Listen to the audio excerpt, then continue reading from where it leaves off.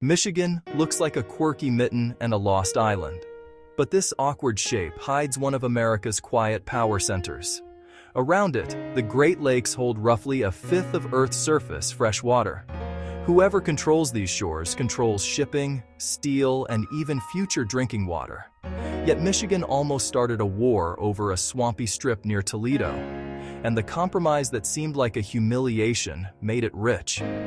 To see why this weird peninsula matters so much, follow its story. Long before the word Michigan meant a state, it meant water.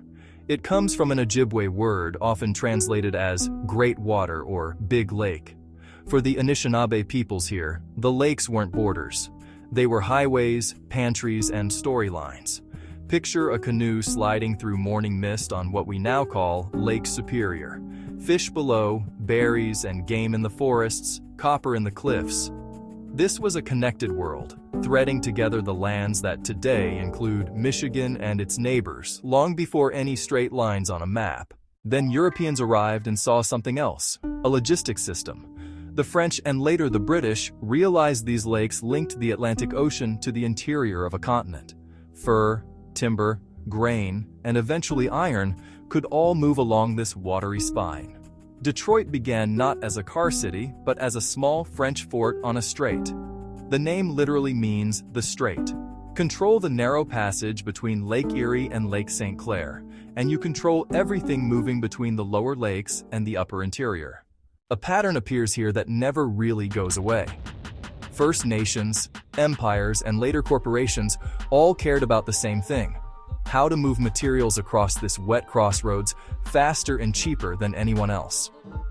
By the early 1800s, American settlers were pushing into the region. But there was a problem. Everyone wanted the same slice of shoreline at the western edge of Lake Erie, a muddy, mosquito-filled place that didn't look like much. That strip would decide Michigan's borders and its future wealth.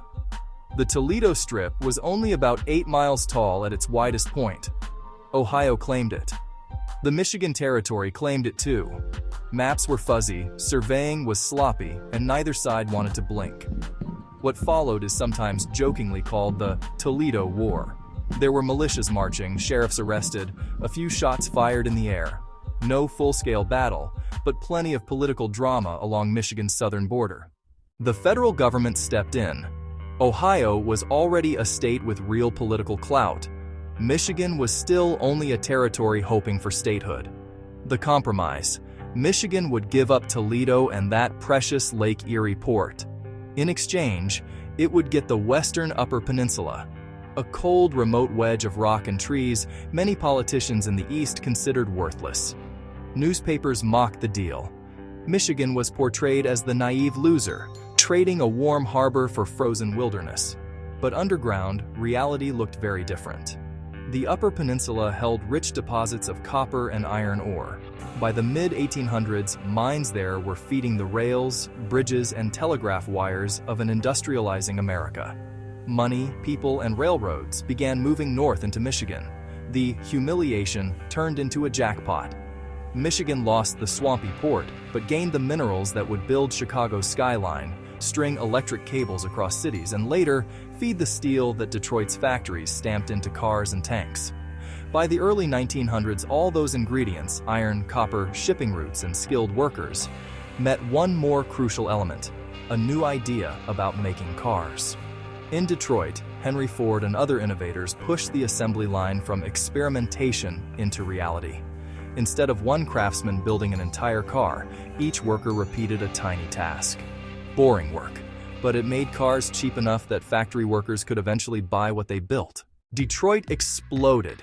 Immigrants from Europe, African Americans fleeing Jim Crow in the South, and workers from across the Midwest poured into Michigan cities. Grand boulevards, ornate theaters, and neighborhoods of sturdy brick houses rose almost overnight. The state leaned into its new identity, the motor capital. The big automakers based in Michigan became household names. Cars rolling off Michigan assembly lines reshaped not just transportation, but urban planning, oil politics, and everyday suburban life across the United States. Then came World War II. those same factories pivoted from sedans to bombers, jeeps, and tanks. Michigan became part of what President Roosevelt called the arsenal of democracy. Steel from the Upper Peninsula, shipped over the lakes, rolled into armor plating and aircraft frames. Here's our pattern again. The lakes move raw materials. The factories turn them into machines. Those machines ripple out across the globe, changing where people can live, how far they can commute, and how wars are fought. Imagine a single worker on Detroit's east side in 1950. He clocks into a plant before dawn, noise like thunder all around him. His paycheck buys a small brick house, a car in the driveway, and a ticket into what we now call the American middle class. For millions, Michigan was an escalator upward. But like most escalators, it didn't go up forever. Michigan's borders were shaped by a disputed swamp. Its wealth came from hidden minerals and assembly lines, and its power has always rested on the Great Lakes system. Now that same geography is forcing the state into a new kind of story. Starting in the 1970s, global competition and automation hit the auto industry hard. Factories closed or moved, jobs vanished from cities like Detroit and Flint. Population fell, houses emptied, and nature began quietly reclaiming blocks once full of families. The most dramatic symbol came in the early 2010s, when Detroit, once one of America's richest cities, filed for the largest municipal bankruptcy in U.S. history.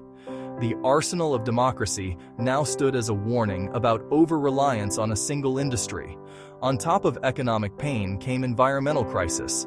In Flint, a disastrous switch in water source and treatment led to lead contamination in drinking water. The place, surrounded by more fresh water than almost anywhere on Earth, suddenly couldn't trust the water from its own taps. But Michigan's geography still gives it leverage in a warming world. As drought, heat, and sea level rise pressure other regions, the Great Lakes look more and more like a refuge.